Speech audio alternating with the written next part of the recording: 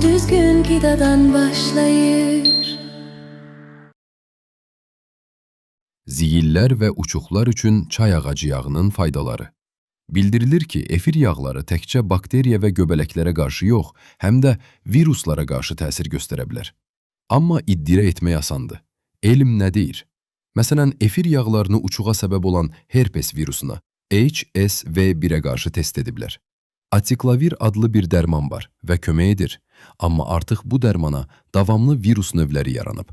Buna görə də alimlər alternativlər axtarıblar və görüblər ki, cəmi 1% konsentrasiyada bir çox efir yağı, o cümlədən çay ağacı yağı və nanə yağı virusun çoxalmasını tam dayandıra bilir. Amma bu, laboratoriya şəraitində idi. Bəs real insanlarda necə? Təkrarlanan uçuqlar insanların təxminən 20-40%-ində olur. Çay ağacı yağı laboratoriyada effekt göstərdiyi üçün alimlər onun insanlarda da təsirini yoxlamaq qərarına gəldilər. Randomizə edilmiş plasebo nəzarətli bir araşdırmada 6% çay ağacı yağı geli gündə 5 dəfə tətbiq olundu. Orta hesabla sağalma bir neçə gün daha tez baş verdi və virus biraz daha tez yox oldu.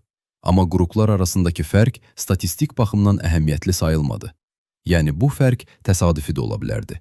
Bəlkə də çay ağacı yağı sadəcə kifayət qədər güclü deyil. Maraqlıdır ki, limon otu yağı daha aşağı dozada belə virusu tam dayandıra bilmişdi. Amma bunun insanlarda test edildiyinə dair məlumat yoxdur. Bəs ziyillər? Ziyillər də virus mənşəlidir. İrlandiyalı tədqiqatçılar 7 yaşlı bir qız uşağında əlindəki çoxsaylı ziyillərin çay ağacı yağı ilə uğurla müalicə olunduğunu bildirdilər. Ziyillər barmağın formasını dəyişmiş, yazmağı və piano çalmağı çətinləşdirmişdi. Standart turşu müalicəsi nəticə verməmişdi. Daha sonra birbaşa çay ağacı yağı tətbiq etdilər.